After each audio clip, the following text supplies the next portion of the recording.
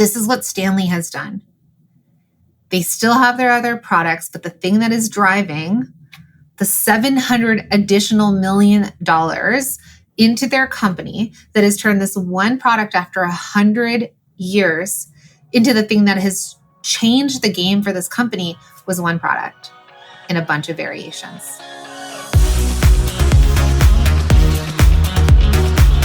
Hi, I'm Jacqueline Snyder, and this is the Product Boss Podcast. I've helped launch and grow thousands of product-based businesses, even one of my own. And over the last 20 years, I've seen behind the scenes of businesses just like yours. Whether they are makers, manufacturers, artists, or food and beverage businesses, I have spent so many hours studying it all. I've discovered what makes them successful. What are mistakes they could avoid? How did they turn an idea into successful business? And what are strategies they have used to make more sales and be discovered by more customers? This is what this show is all about. Whether you're just starting out or you're looking to become $1 million product boss, I'm here to give you the permission to chase your dreams, no matter how big or small.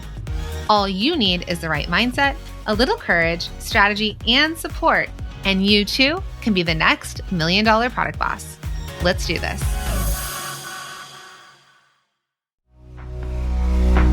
There's a big reason why more than 300 of last year's unicorn startups use HubSpot. And it's because no software keeps you better connected with your teams or your customers, so you can crush all your goals. The new HubSpot Sales Hub brings you that power in an easy-to-use platform designed for today's top sales teams. With 360-degree deal management and real-time reporting, you get accurate windows into each and every inch of your business.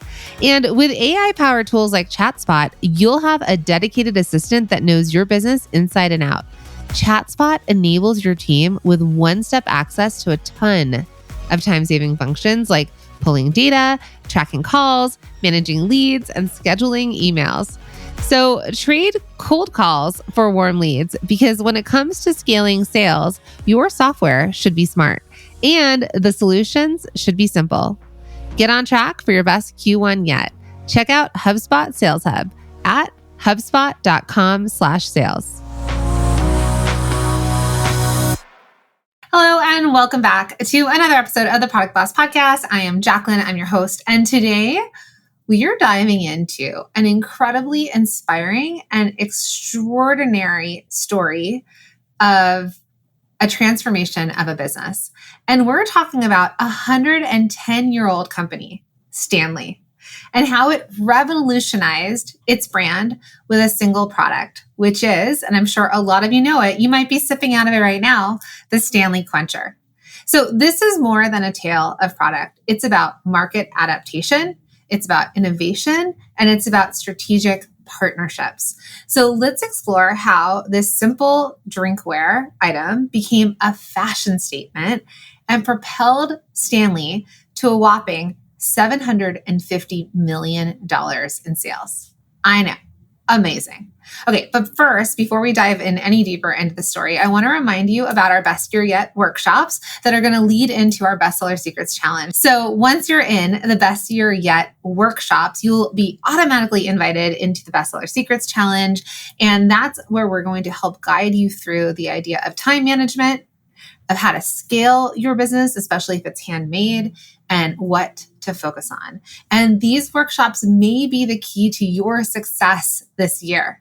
So I just want to say, I'm so excited to see so many of you that have already joined us inside. If you were late to joining, you will get the replays for a limited amount of time. So come inside and join. Okay. So let's talk about Stanley, a century-old brand. If you're as old as me, you may remember that Stanley was really known for that dark green thermos, right? Their products, they've been around for 110 years, and they were known for reliable thermoses. And they've consistently, over past many, many years, they were making $70 million in annual sales. Now, that's incredible. And I think what's even more incredible is the fact that it was a brand that stayed around for so long, but they were very niche. They were very specific to certain customer base, and they really weren't in the trend or fashion type realm when it came to their products. But in 2020, everything changed. Okay. Everything in 2020 changed. And that's because the Quencher product, the product that we all know today, which is that giant mug that you see all the influencers using, and I even have some now. I held out for a long time, but now I have them, was on the sidelines. And then eventually it took center stage. And this story is so interesting. There have been a ton of articles in different newspapers. I think they're going through a thing right now where they're really like marketing about this. And so as I've read all these articles, I was just like, this is an amazing story. Because what it is that what I want you all to realize, because none of us have 110-year-old businesses, is that it's never too late to shift or change. And also, when you understand your market and you seize an opportunity that's there, which is what Stanley did, they tapped into a new demographic and they started to ride the wave of social media and influencers. So let's discuss how Stanley identified this new market opportunity, right? By thinking about and observing the Quencher's growing popularity among women and influencers. And what we're going to do is what I want to tell you about is like, what's amazing is that it was actually created, I think, back in 2017. So back in 2017, there was a product designer at Stanley that created the Quencher. It was not the way that we know it now, but it was created and it kind of was like, wah, wah. They brought it to market, but it really didn't do very much. Now, they didn't realize it at the time, but it was starting to attract a different demographic. There was a certain realm, as my cousin's daughters who are teenagers said, and no offense to anyone, but they were like, it's the Utah influencer mom. You know, like we all have a visual of what the influencer woman or mom looked like. That was like the first time that you ever saw the Quencher. And so they were starting to grow this base, but the general company didn't know this. Now, they ended up hiring the CEO from Crocs, the shoe company, came in to Stanley. Now, let's just talk about that, right? Crocs is a pretty ugly shoe, even though I've owned so many of them in my lifetime. And Crocs was like a basic shoe, a basic style that then they decided to have variations in color, if you think about the original clog. And they eventually sold accessories to go on to their Crocs clog, right? There's been other versions of it, but that's the original. It's still there. So the CEO comes in from Crocs and he starts to do walk and talks around the company. What that means is he starts to go around, he starts to just talk to different people that have been working there in different departments.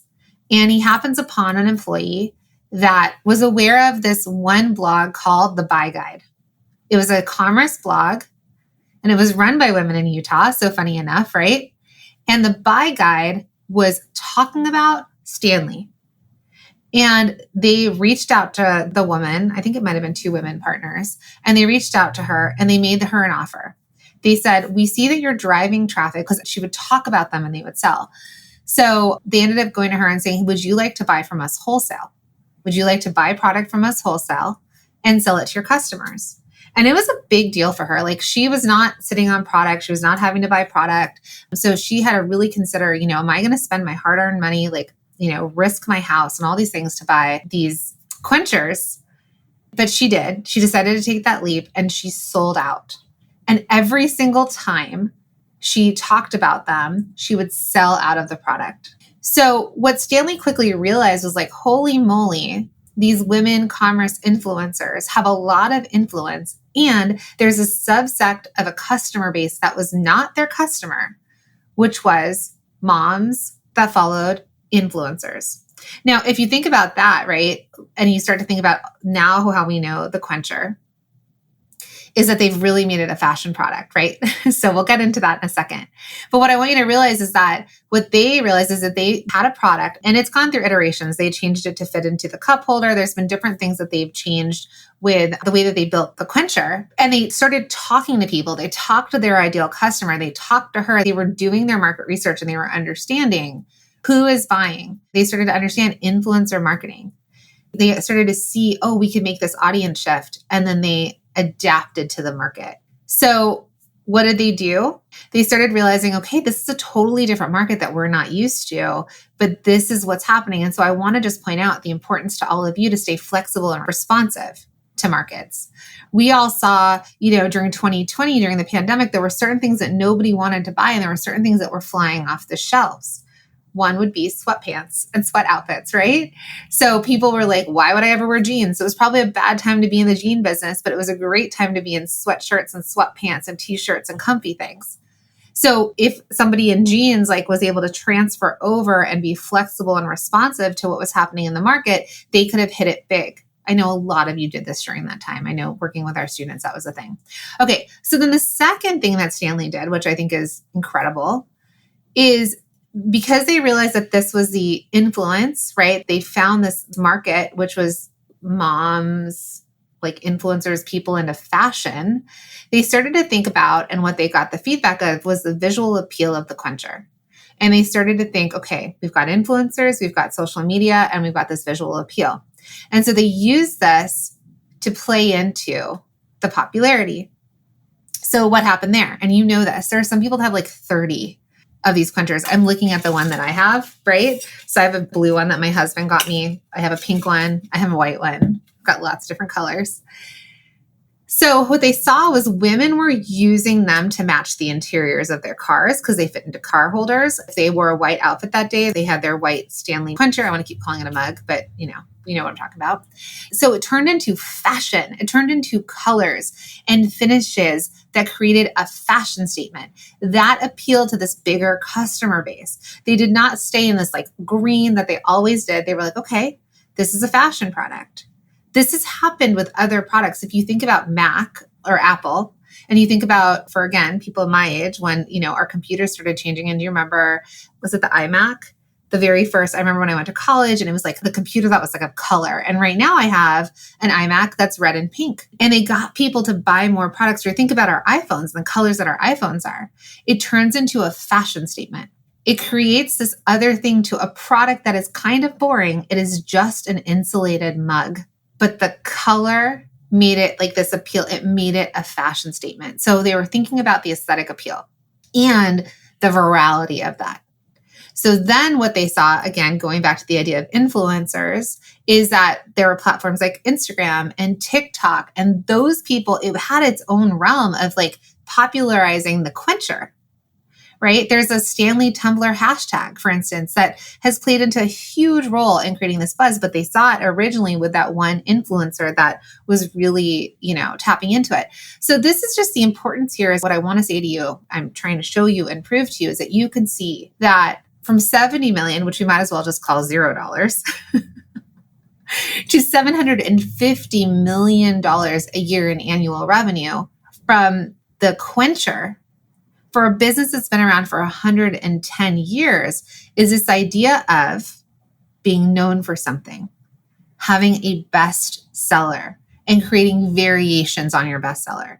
So let me tell you, Stanley has created tons of colors when it comes to this Quencher. They even did a collaboration with Starbucks where they did a red one for Starbucks and it sold out, and there are people who would wait in line in the mornings, to go into a physical Starbucks store to see if they could get the Quencher, and they just sell out. So they also use this idea of, which I'll get into the next part, they thought about strategic partnerships and limited edition drops. Okay. So what does that mean? And this is something that I want you all to think about, because as we're teaching about what you can be known for, having your best year yet, staying focused, figuring out what your best seller is, this is what Stanley has done. They still have their other products, but the thing that is driving the $700 additional million into their company that has turned this one product after 100 years into the thing that has changed the game for this company was one product in a bunch of variations. They perfected it. They found the right channel for influence and for virality and reaching new customers, because a lot of us probably didn't even have Stanley on our radar. And now there's nothing but knockoffs of this Quencher, right? But people still want the brand name. Hey, Product Boss. Okay, so it is podcast recommendation time. And this month, I am so excited to share Latinx in Power, hosted by Taisa Fernandez, and brought to you by the HubSpot Podcast Network, the audio destination for business professionals. Latinx in Power is a podcast that features interviews with top-level executives, entrepreneurs, and innovators from Latin America and the Caribbean. Having the perspective of Latin American leaders who have succeeded in their fields is so invaluable. And they're aiming to demystify the tech industry by providing listeners with insider perspectives. And I don't know about you, but I love to listen to podcasts that interview leaders in different industries because you never know what nugget of advice you can pick up and apply to your own business. So I really love this recent episode titled From Legos to Microsoft with Pablo Veramendi. Pablo is the director of audience evangelism at Microsoft. Yes, the Microsoft. And in this episode, Pablo discusses his Hispanic identity, passion for building communities through technology, and insights on the future of technology. And he even teased some upcoming projects at Microsoft. Listen to Latinx in Power wherever you get your podcasts.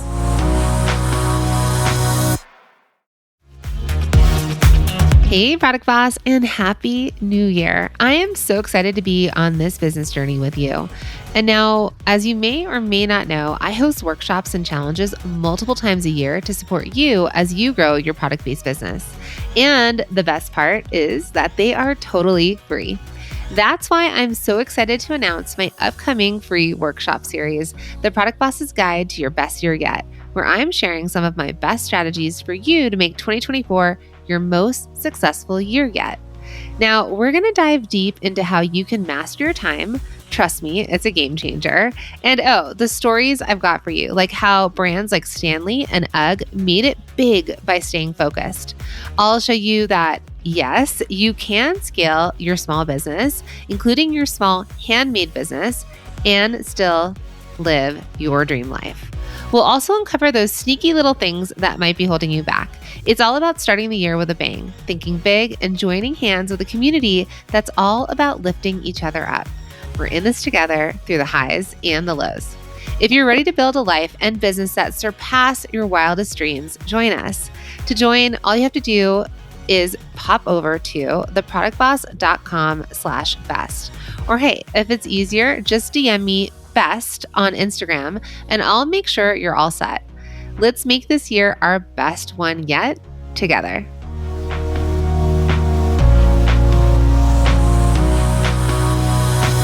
So when we get into the third part of what worked for them here is strategic partnerships and limited edition drops. So how do they do that? Kind of like what I said. They use limited edition drops and releases. Like I said, the Starbucks one, they might come out with a color, they might come out with a collaboration, and it's limited. It is not always available. And that drives demand. Scarcity of time and scarcity of quantity will drive the demand in your business. So that was one thing they did, right? They thought about limited edition drops, fashion. It's in, it's out. You get it, you don't get it, you lose out, you better take action on the next one. It goes viral, right? And then the next thing is the collaboration. So thinking about collaboration in front of other people. And that's what they did with Starbucks. Think about Starbucks in every household. I just also read an article about how a neighborhood is up and coming based on if there's a Starbucks being built in the neighborhood. Okay. So you think about the type of people that go to Starbucks, the virality over like the drinks that people make and how to make them at home and all the things. So that same kind of customer base is also the customer base that they did. And so they did this collaboration with Starbucks, and they also do it with different celebrities and different brands. And that's what drives the interest, sales, and awareness. Now, when I'm telling you this, you're all thinking, okay, well, I can't do a collaboration with Starbucks. That's fine. We could think about collaborations with local stores in our neighborhood, right? With local brands, with charities. We could think about influencers that we work with. I know we teach this inside of Multi-Stream Machine to think about how do we get in front of other people's audiences using other people's audiences, like influencers, collaborations, is everything that we teach in there. And that's the way that you can think, like, how do I spread the word of my company? The other thing that they did is they created scarcity. I tapped on that a little bit earlier, where they created these limited edition releases that created that sense of urgency. It created that sense of scarcity. It drove demand, and it even created, get this, a resale market. People are paying so much money on eBay for the red Stanley mugs or Quenchers.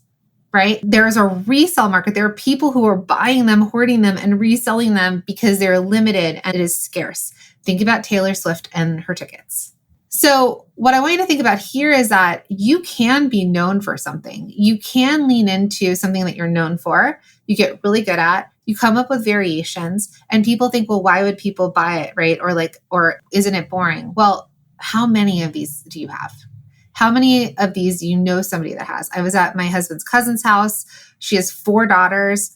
I swear each of them had at least four. And then they were buying products from like Amazon and other markets because now what's happening, which is very similar to Crocs, like I told you, the CEO of Crocs took over at Stanley. There's like little like cute like rubber or silicone like caps for the straws that people are using. There's charms, like her daughter, I think Ava, had like a charm hanging from the handle. There are actual businesses being built around the popularity of these mugs and being sold. And Stanley doesn't have to do that. They don't need to do it. They're just going to keep doing what they do really well at. And so there's that. And then the other thing that happens when you think about scarcity is that there is this idea of driving sales, right? Taylor Swift tickets are going to sell out in the first second that they're, available. You got to get on and do it. And if you don't do it, then you might have to go buy it off another thing and pay more for it, right? So Stanley has also had to figure out how to manage its production to keep up with the trend. So sometimes though, also offering scarcity allows for them to just make a certain amount and they allow it to sell out. They're like, it's going to sell out and that's okay. And so the idea here, and what I wanted to share the story of, was just the proof, $700 million worth of proof in a year, that you can have a lot of different products, but if one can hit big, if it's what you're known for, if you come up with the right strategies around it, the right ways to get people to know about it, to have people share about your products, to have a way for them to sell, to create scarcity or demand, to create drops. When I say drops, like these color drops that they created, that is the thing that's going to drive a business forward. And I'm going to share other stories with you of other ways that this happened to just keep showing you that it's not a bad thing to focus and to be known for something. It's actually incredibly powerful and probably the quickest way for you to scale. It's going to cost you less money because you could make more of something that sells. You're going to be more profitable faster. It's going to be easier to market. Everything feels better. It is very different than a lot of times like that Etsy mentality of you have to make and make and make and keep offering new, because that platform is driving something different than a sustainable business that can grow. And so I hope you hear what I'm saying here and understanding the importance of this and then this amazing thing that this business has built. And so each of these points, right, when we were identifying the new market opportunities, right, paying attention to your market, listening, you leverage the power of the aesthetics of the product, right, the specialness, and social media, right? Social media influence. And if you have strategic partnerships and scarcity marketing, these are a few of the elements of Stanley's success story, but they are also really powerful strategies that you can use and adapt and apply to your own product-based business. And no matter what you make and no matter what the scale, this is possible for small handmade businesses and makers. This is possible for those of you out there that are manufacturing a product. So I want you to think about these lessons and think about how you can apply them to your business to replicate just a fraction of this success, right? If we had like 1% of the success that Stanley has had, that would be an incredible, incredible business for us, wouldn't you say? So I wanted to just go over this. I think it's such a cool story. I think it teaches us this valuable lesson. It teaches us this lesson of staying observant to these market trends, to leverage this power of social media, and not to underestimate what focus looks like and being known for something. And if you're inspired by this, right, if you want to figure out these strategies and figure out how can you actually use them inside of your business, come join us inside of the Best Year Yet workshops that will lead you into the Bestseller Secrets Challenge. I'm going to talk about the strategies for success that you could implement right away in your business to get results that are going to grow your business. Okay. It's totally free. It's theproductboss.com/best. And would you mind following the show? And if this was a cool episode, share it with someone that you know. And if you haven't left us a review yet, please leave a review. It's so helpful. I love to read all of them, and it really helps us reach more small businesses around the world.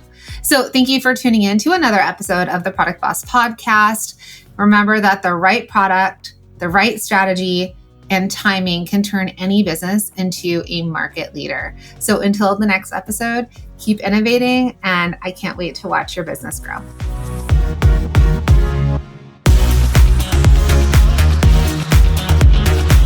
Thank you for being here and listening all the way through the Product Boss Podcast. If you love our show and it has helped you in any way in your business, would you mind doing 2 things for us? Subscribe to the show so you never miss an episode, and leave us a review.